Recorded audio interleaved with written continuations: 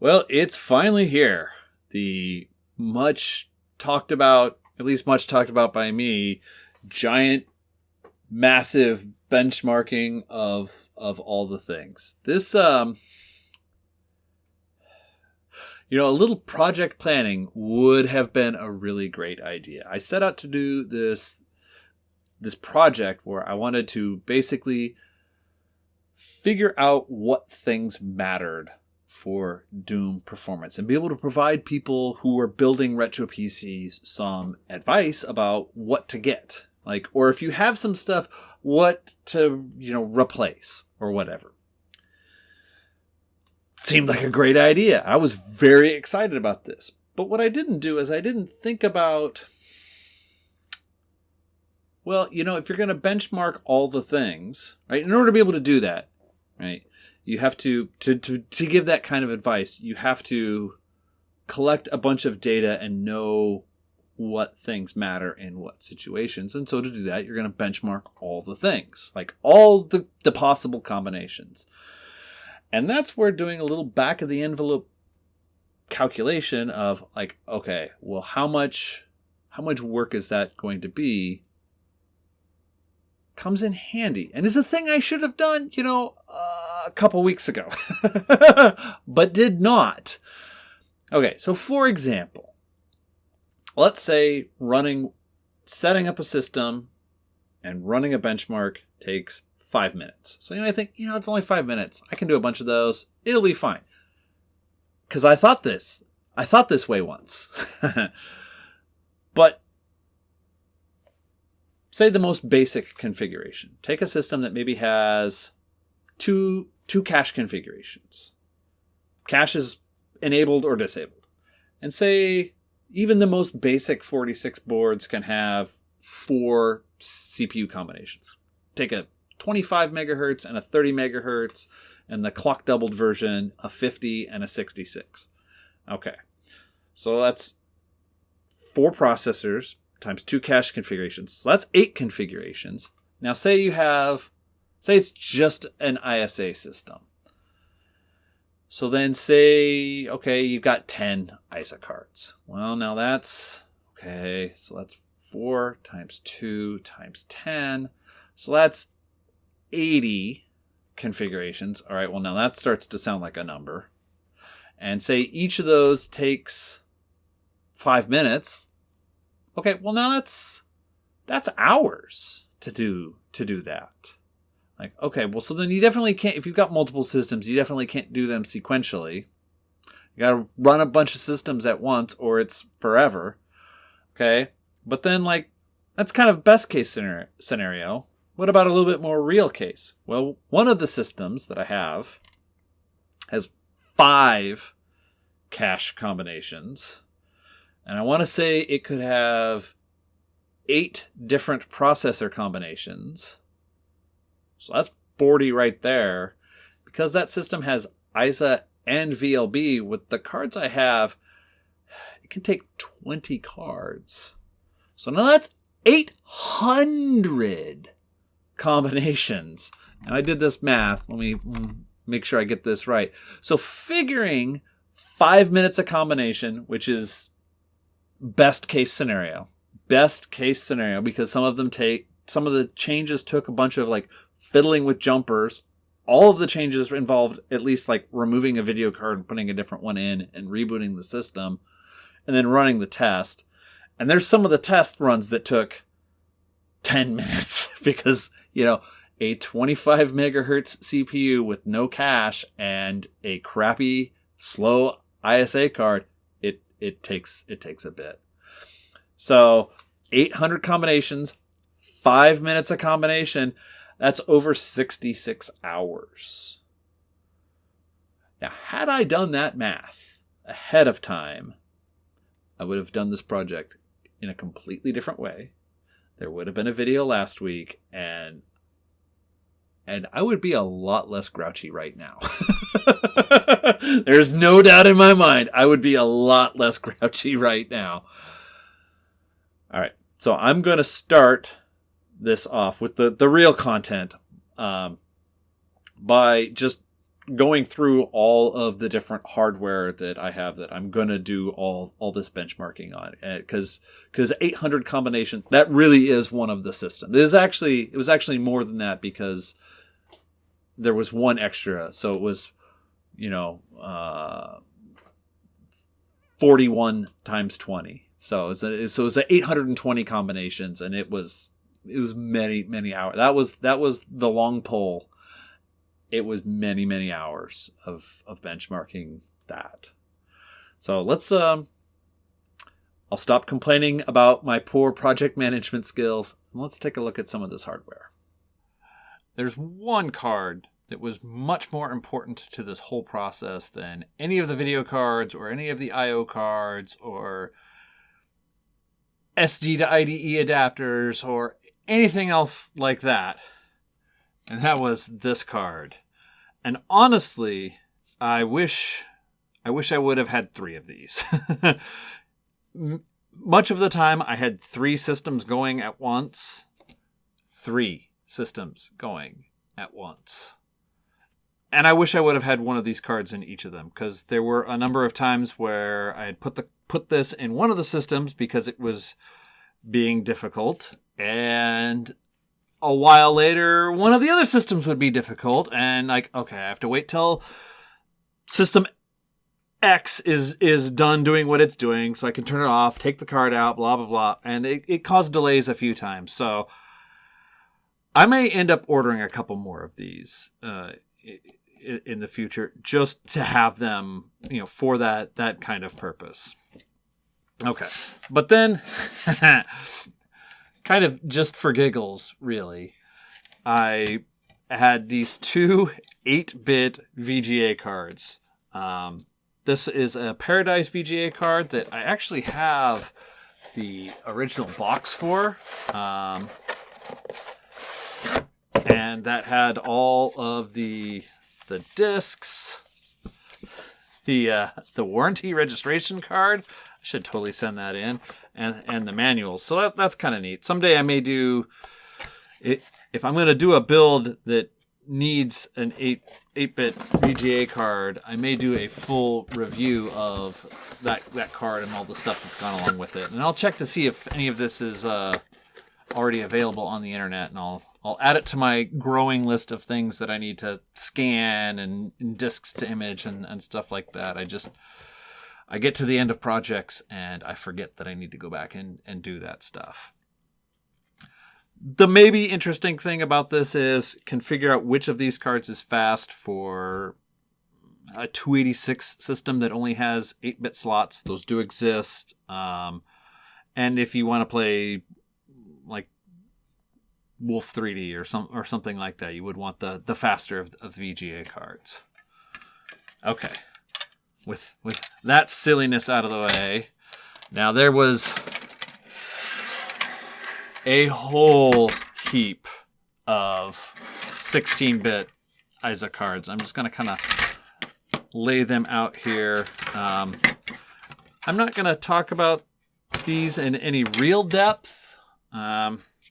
Most of these, I will try to arrange it so I can see as many of them on camera at a time as possible. I might have to do this in 2 sets, I think. Most of these are pretty common, which is kind of the idea, in terms of a buyer's guide or what to get to upgrade. Thinking about cards that are commonly available is sort of a good thing to do, right? Okay, so I've got a couple sort of off-brand, I'm going to call them off-brand chipsets. This amazing, and this HMC. I see quite a few of these on eBay. I have not seen very many of these. A couple very early ATI cards. These have the same VGA core. They're basically the 28,800 core, although this is a -4 and this is a -6. This card has the added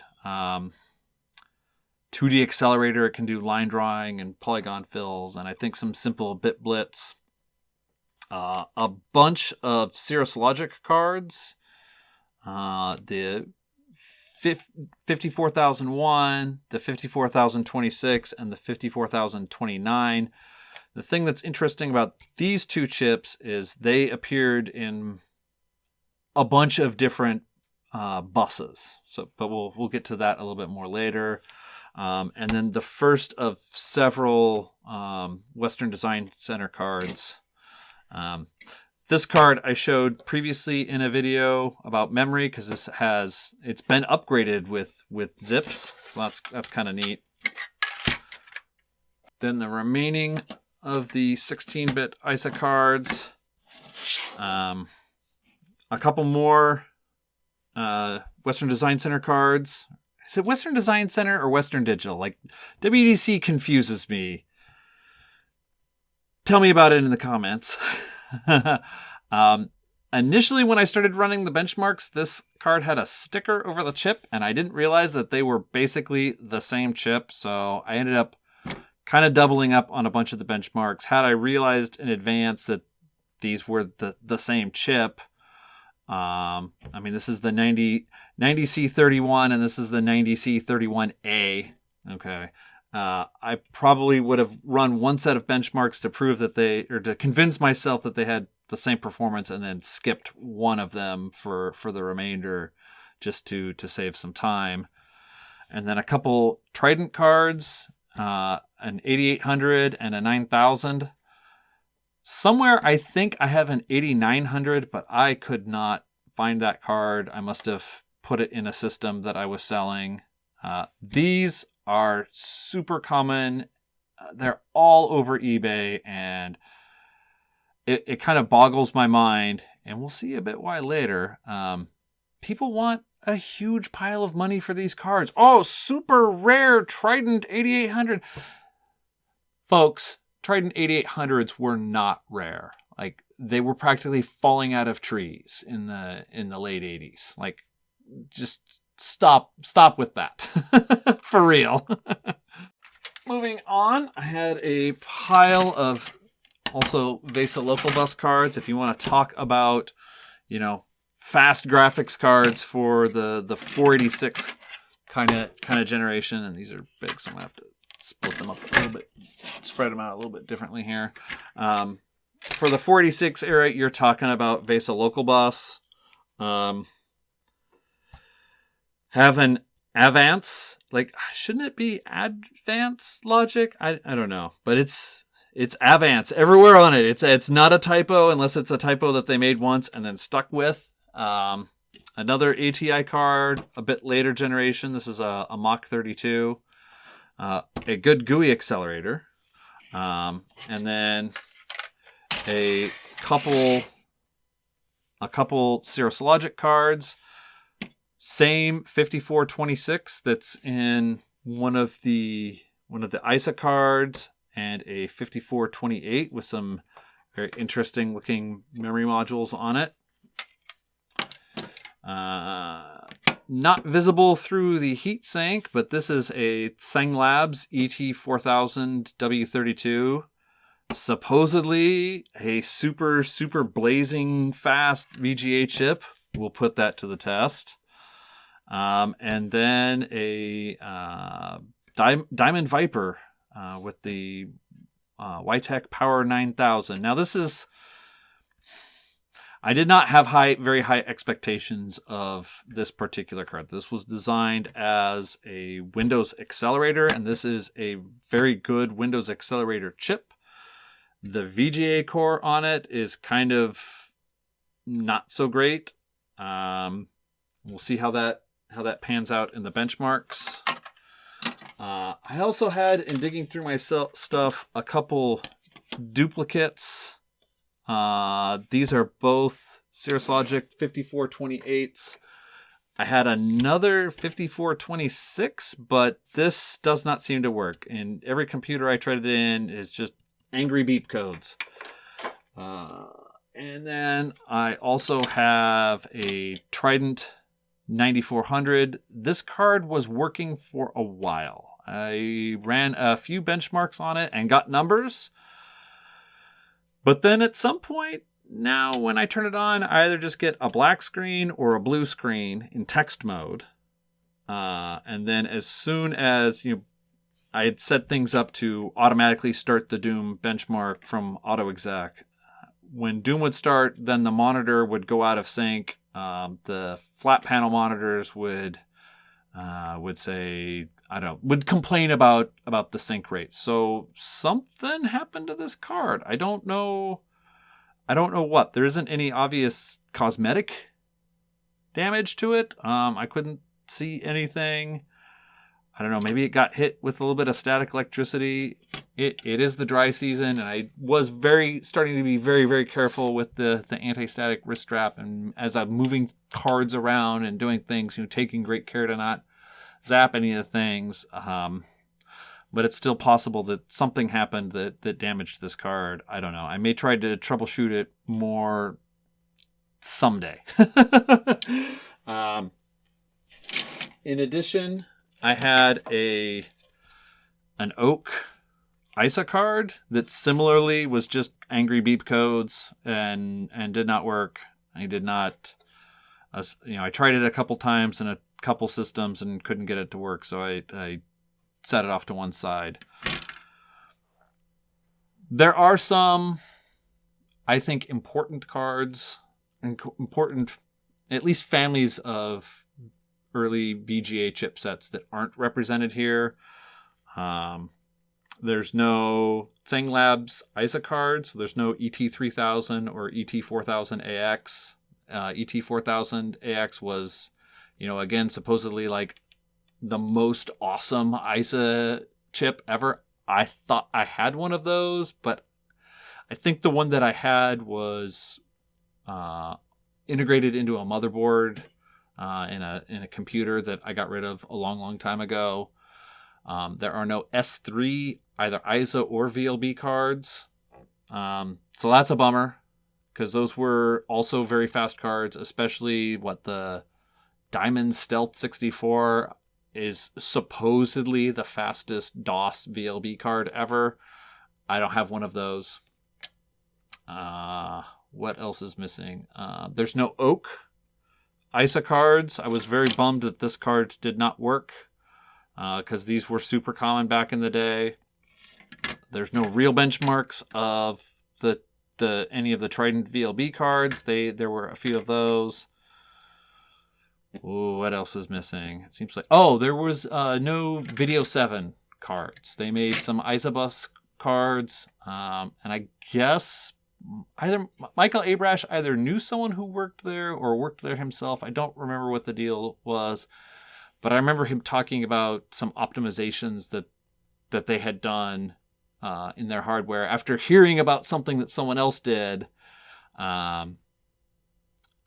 The thing that they did turned out to be completely unrelated to what the competitor had done and was way better. So I've kind of always wanted some of those cards, but they're not very common. I don't have any. Now, one of the systems that I have to test, very late 486s, occasionally had PCI. And I do have a PCI system that I will be testing.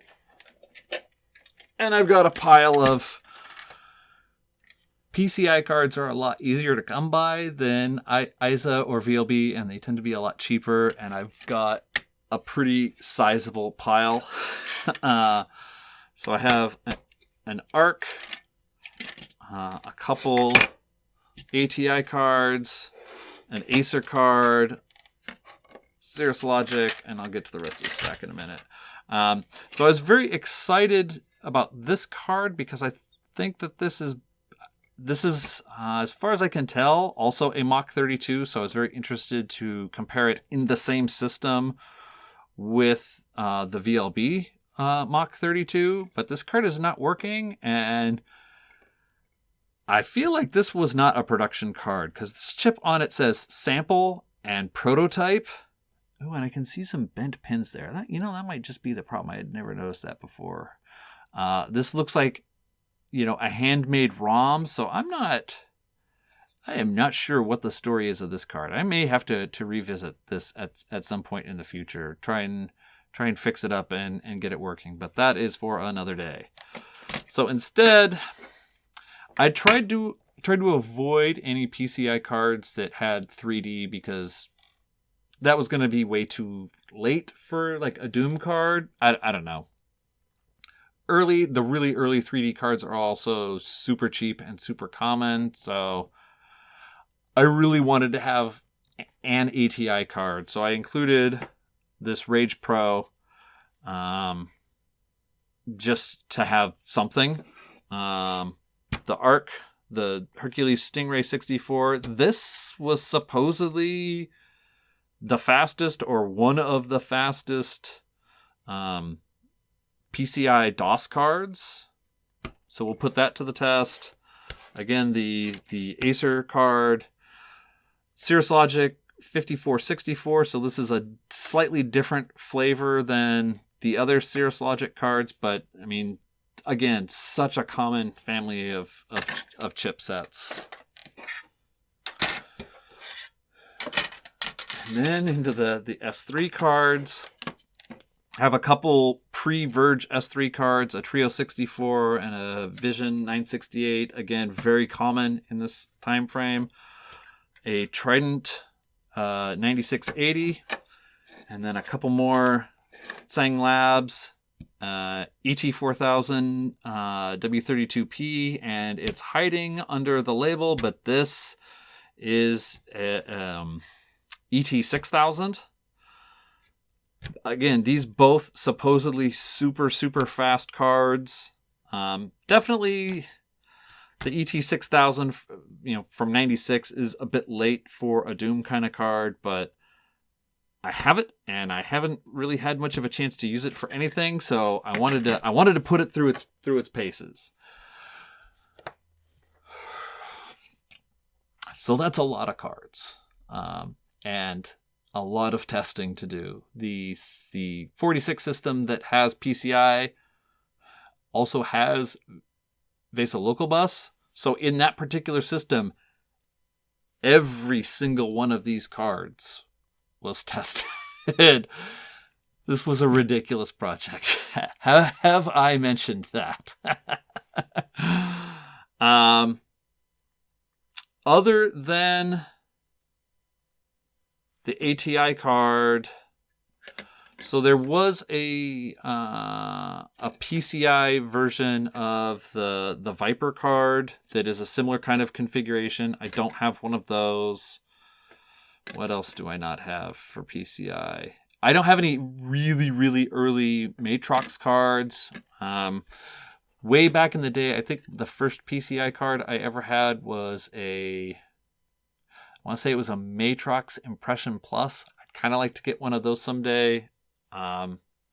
It's technically a 3D card, but it doesn't do triangle setup and it doesn't do texture mapping. So I don't know if you could really call that 3D. I would have liked to have tried that in the mix. Spoiler alert, the DOS performance on it was terrible. It was so bad. But maybe we'll get to that some other day. All right, that's enough looking at the cards. There are 2-ish other variables to look at when comparing, when doing all this giant matrix of benchmarks. So let's look at some of the other hardware that had to get put through the paces. These are the main CPU competitors in this round. There's a couple others, but I'll talk about those in a second. 46SX25, SX33, a DX33, really common low-speed 46s. A DX266 by AMD. As far as I'm aware, these AMD CPUs are just direct remakes of the Intel CPUs, so they should be identical. Cyrix DX2V66. Now, I had been under the impression that all of the 46-ish CPUs were just clones of the Intel CPU, but I was mistaken. I was a week ago years old when So this was a core that Cyrix developed on their own. It uses the same FPU that it was in like the, what's the word I'm looking for? The FastMath 387 replacement chips. So supposedly the floating point performance of this is better than a 486, but according to the interwebs, the integer performance is somewhat slower. Doom doesn't use floating point at all, so we won't see any of the benefits of this. We'll only see the alleged bad parts of that. We'll see how that pans out in the numbers. So in addition to these, I'll move these out of the way, I also have the, this is the 46 SXLC2 50 megahertz from my 486 build off. As far as I'm aware, this is actually a Cyrix core. So I'm actually going to run some numbers on this, see how it does.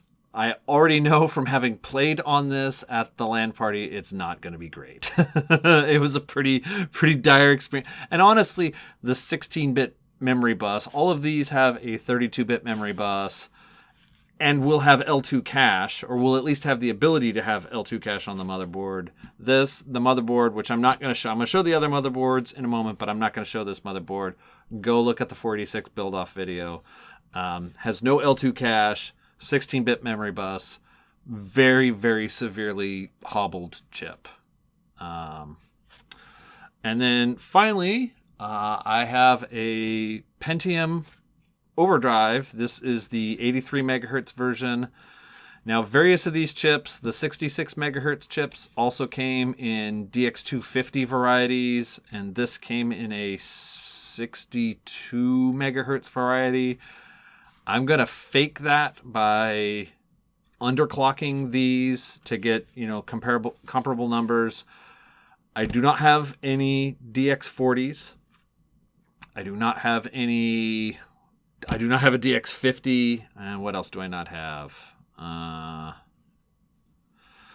So the other thing I don't have, so I do have also these CPUs, and I had really high hopes. I was very excited for these CPUs. So a pair of AMD DX4 120s, and these are the nice ones with the B here on the end. That's the letter you want, because that means this has the faster write-back cache. Someday I'll do a video talking about cache architectures and explain the difference between write-through and write-back and why you want one over the other another time. And then these are the even faster 5x86 cores. It's still just a 486, but it runs at 133 megahertz, and people were pretty regularly on one of the boards that I have were pretty regularly able to overclock these to 150 megahertz. I was totally stoked about that, because with these I could have gotten a ton of other numbers. I could not get them to work. I know at least one of these, this chip I got from Geek with Social Skills recently. It was a working pull from a motherboard. I could not get it to work at all on any motherboard. On any motherboard that I tried. I'll get to that in a moment. This chip I could get to work. I could get it to work fine at 50 megahertz, but they never made a flavor of this at 50 megahertz, so there was no reason to run that. I could get it to run at 66 megahertz if I disabled the internal cache. And that was only on one of the motherboards. And nothing else would even... they wouldn't even post enough to write an initial post code. All right, so on the postcard checker, wherever that went to on the desktop here, when it first starts up, it just shows dashes, and then when the first actual number is written, it will show that number, and as it goes through the power on process and gets through different stages, it will write additional numbers, and that display will change. It never gets anywhere. So they're just they're bricks. Like, I don't know. I don't know. I may have to. I'll talk about some of the other problems with them when I get to the motherboard where I could actually get them to kind of work with. So even with just, these CPUs in each motherboard, and it's still a lot of combinations. Now, I only tested one set of possibilities with the SX33 and the DX33 just to prove to myself, yes, they have the same performance, so I only need to check all of the different cache combinations with one of them. I don't need to do both, and that significantly trimmed down the amount of benchmarking space, but there was still a lot of things to try. All right, now let's take a quick look at the motherboards. If you can hear loud fan noise in the background, I'm going to try to noise cancel it out with some software post-processing. It's way out of frame over there. That is the fan on that Pentium overdrive chip. It is not quiet, for sure. Of all the boards in this benchmark battle royale, whatever you want to call it, this is the only one that did not participate in the LAN party from my previous video. And it's also one of the only boards that doesn't have documentation on the retro web. The board kindly has all of the cache jumper settings silkscreened onto it, but the cache is basically controlled by these 4 jumpers over here. But there are a lot of jumpers all over this board and no idea what they do. So if you happen to have or know any documentation or information about this board, please contact the folks at the retro web and try to get that information, either scans of documentation uploaded or just some of the information added to the description of the motherboard. Because there is a description of the motherboard on that site. I could find it, but there's nothing else except some pictures. Some pictures of different versions that I'd rather have. This version has a spot here for a quad flat pack CPU. The versions pictured on the RetroWeb have a socket here for a Ytech Math coprocessor. I would much rather have that. Anyway, in the benchmarking, this board had some issues, and I'm not sure if they're issues with the board, issues with the BIOS, or just jumpers not being set properly. I could not get it to work with 256K cache. There are settings for that. I tried them. I tried a bunch of other things. I could not get it to work. It was 0K cache or 128K cache. I suppose it's possible that some of these sockets are damaged or something, that there's some problem, cracked solder joints or something. I hadn't thought about that. CPU speed is selected by using a different crystal. I do have a 33 megahertz crystal, so I was able to test both 25 and 33 megahertz in this. For the DX2 processor, I could not. Now I'm not remembering exactly my notes, so I want to say I could not get it to work at all at 66 megahertz, and there were significant issues getting it to work at 50 megahertz with the cache enabled. I'm trying to remember what the deal was. It'll show up when I actually show the benchmarks, but there were some issues. At 25 and 33 megahertz, it was a champion, but also that's 25 and 33 megahertz. Like, you're not... Spoiler alert, that does not make for a good Doom experience, especially on an Isabus graphics card. I'm just going to put that out there. There were 2 other motherboards that I found in my stash very late in the process that did not participate in the Battle Royale. I thought I'd mention them just briefly. Another SIS motherboard with a slightly different chipset. This has some visible damage over here, and I'll have to double check my notes. I think is currently non-working. It probably needs some repair over here. I may end up doing a repair video of this.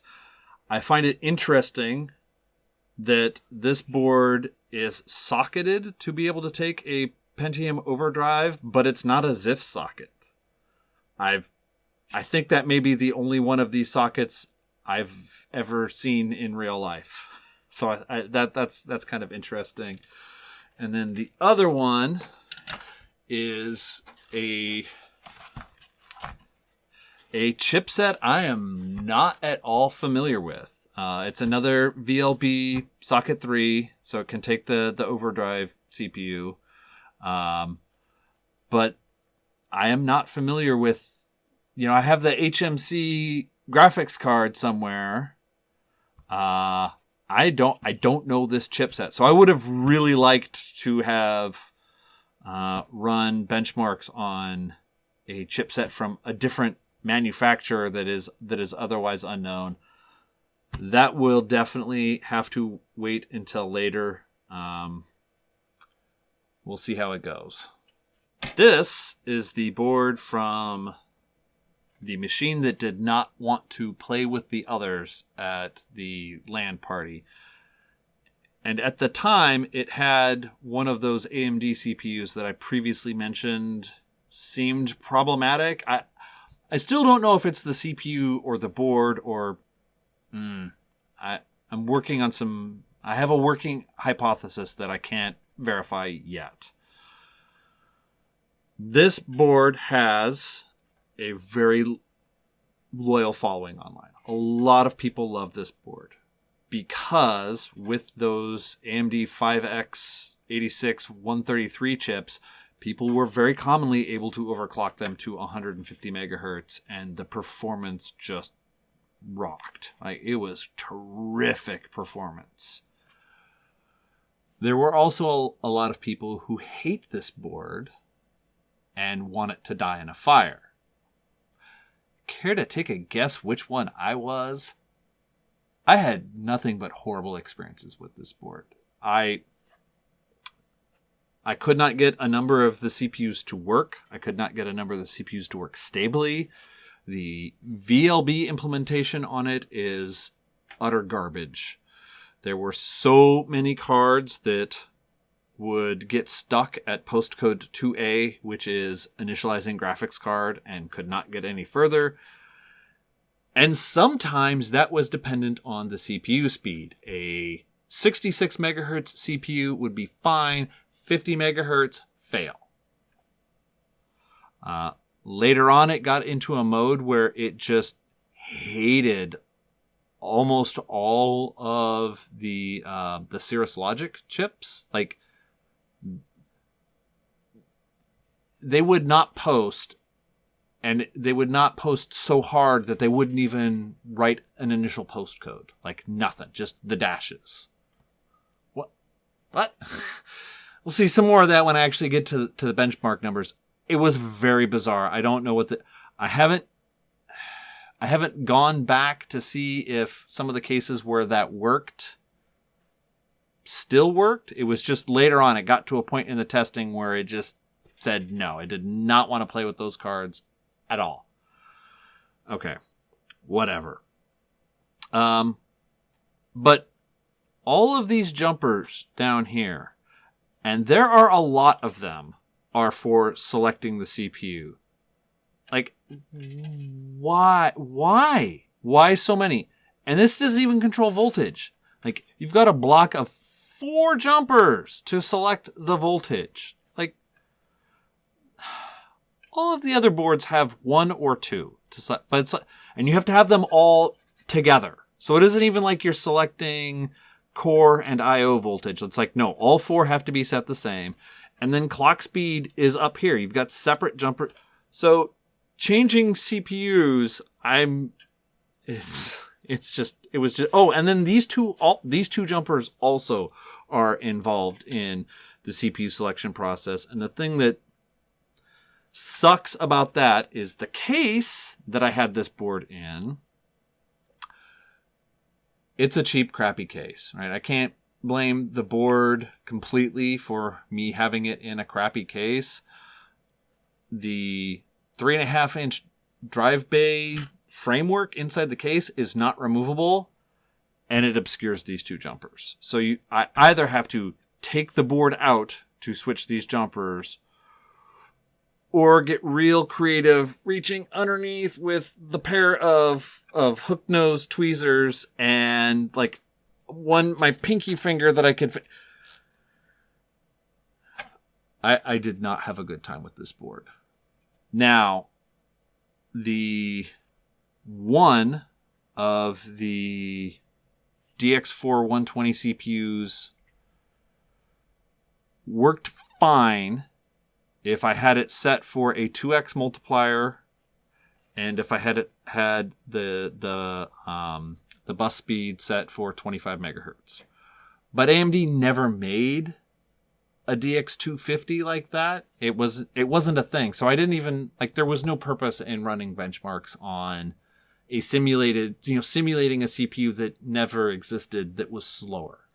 Like that, no.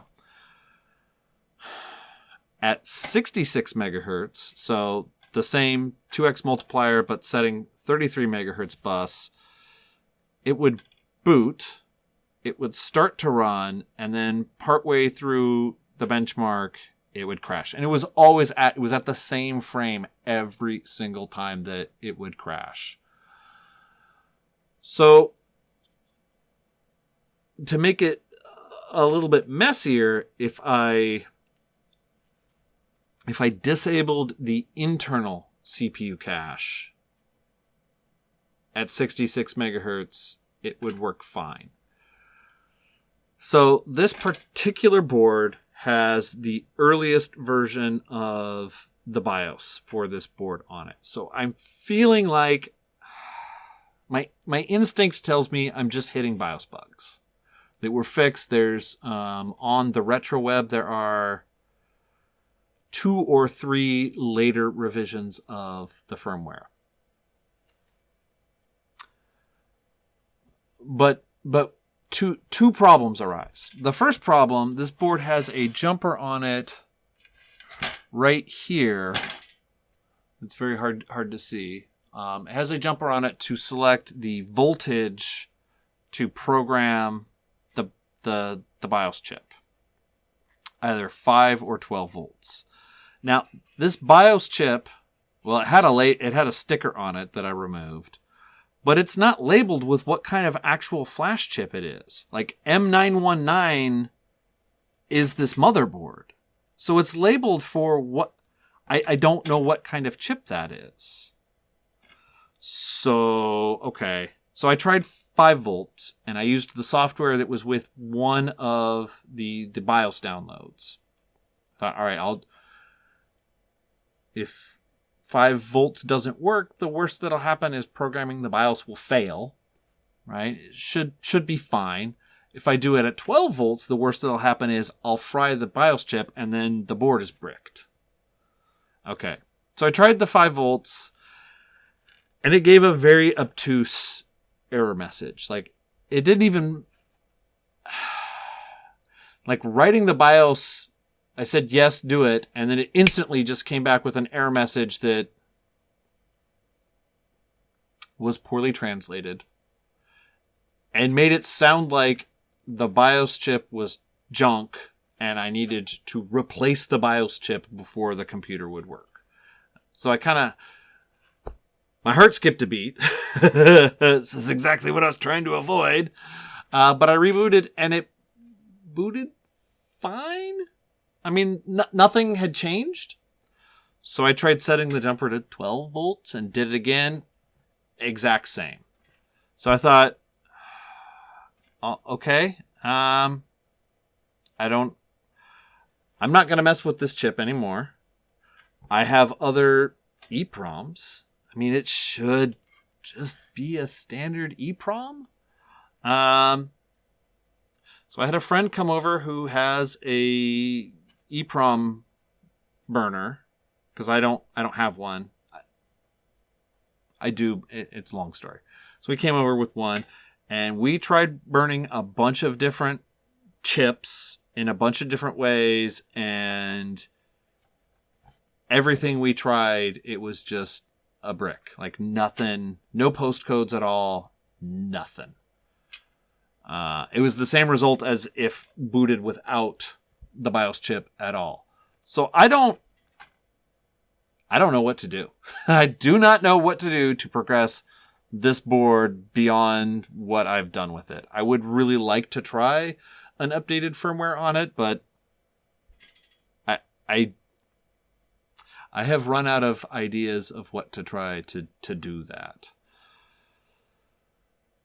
So, if any of you have any ideas, if you have any experience with this board, please let me know. I would like even some indication as to what BIOS chip this might, what kind of a flash or EEPROM or whatever this might be, so that I can get a compatible chip and flash it in an external thing and replace this chip, because I am not going to try to monkey with this chip, because I do not want to ruin it and end up with a brick. Because as it is now, in some configurations, it works great. If you stray outside the lines of what works, even a smidge, you have only sadness. Okay, so that's enough about this fine piece of hardware. One thing I almost forgot to mention about this board that is truly evil. This looks like a Coast module slot, and a Coast module will fit in this slot. Like, the cache cartridges for a bunch of Pentium motherboards. It is not. It will not work. It's a lie. A bunch of these boards shipped with chips soldered on here, and when you boot up, it says, "Right back cache enabled." Also a lie. They were fake chips. Like that's just shady. Like there is no excuse for that. That is not okay. So there's a lot of reasons to hate on this motherboard. A lot. This motherboard, 3 VLB slots based on the ALI chipset. It's one of those ones that has mixed 30-pin and 72-pin SIM slots.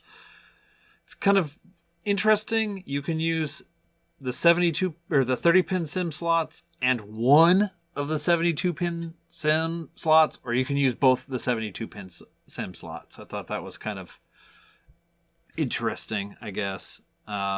It also came with different colored jumpers for different areas, red and yellow and blue. And in the manual, it tries to, use these so you know which thing is which. I don't know. I thought that was kind of silly. This one, like one of the other ones, so it's got the ZIF socket, but when you open it, it doesn't move very much. So it's not quite zero insertion force. It's very little insertion force and a little bit of wrestling for extraction. But it wasn't too bad. This board, in addition to not working with any of those higher clocked AMD CPUs, really did not like that Cyrix CPU. It would not work at all at 66 megahertz and at 50 megahertz. The configuration with 256K cache would get partway through the benchmarks and then crash. Various kinds of crashes. It just did not like that chip. And I tried configuring it as a Cyrix CPU. I tried configuring it as an Intel CPU. I tried a whole bunch of different things, and I just could not get this motherboard to play nicely with that chipset. It was one other annoying thing about this is the Most of the time, the turbo jumper being off is turbo, because if you haven't hooked it up, you want your computer to run fast. But not on this board. Turbo is closed, so I had to put a jumper on there. Otherwise, it was very annoying. And this is the last motherboard from the set that we're going to look at. The other motherboard is the 386SX with the upgrade chip. If you're interested in that board, I did a whole video about that. You can check that out. SIS chipset, 3 VLB slots, but the middle one seems to be dead. Not sure what the deal is. It was taped over when I received it, so I trust the person who gave it to me that it is dead. This is the other socket 3 where, like, I mean, it moves a little bit, but gosh, not very much. And you do have to kind of pry the CPU out and give it a little bit of encouragement to go into the slot. Just another whole mess of jumpers for configuring the CPU. It sure seems like they could have made that a little bit less painful. A bunch of jumpers for configuring the cache. There's these ones here, and then these two. And the documentation seems to be mostly correct, but these two jumpers, it's kind of 50-50 whether or not it's correct. I don't understand what was going on there. The kind of neat thing about this is this can take larger cache chips. So instead of the usual 256 kilobytes of cache, it can have up to a megabyte of cache, which is pretty interesting. I didn't test those configurations because I don't have any of the right capacity SRAM chips, but I am planning to order some, and I will eventually test those configurations just because I kind of want to see how it will perform. Oh, there is one other thing. I was unable to even try testing the higher speed AMD CPUs because they require some CPU configurations that require the use of this jumper. And there's 5 pins here. I don't know how well it shows up. There's 5 pins, and 3 of them are just snapped right off. The configuration for the the Pentium Overdrive actually wanted to set this jumper to this kind of one and 2 pin position. It's gone, so I couldn't. I tested that CPU just configured as a DX2, I believe. So that might mean on this that it didn't get the write back cache enabled. I don't know. I am planning to desolder that jumper block and replace it. I completely ran out of time. I didn't notice that those pins were damaged until after it was installed in a case, and I had been using it for a long time, and at that point the ship had already sailed, so to speak. So that's the overview of all the hardware that has been used in this giant battle royale. Let's finally cut to the chase and actually look at some of the benchmark data. Well, I don't mean to be a jerk, but I'm going to cut it off there at a massive cliffhanger. This video is already really long, having just edited that, and I had started editing a bunch of the analysis portion, and as long as this has been, there's at least that much analysis of the data, and I'm not going to do a 2-hour video. Like, that's just stupid. Like, nobody is going to click on a 2-hour video. I have videos in my watch later queue that are, an hour and a half or whatever, and it's like, oh, really? So, yeah, I'm going to split it here. Part 2 will either be next week or the first week of January. It's basically all filmed. There's a couple little bits I want to adjust and editing. So it's done. Like, the work is done.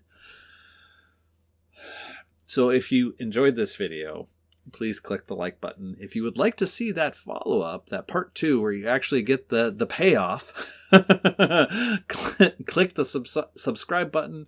You can find me on Twitter and Instagram. There's links below. And until next time, try to remember the good stuff.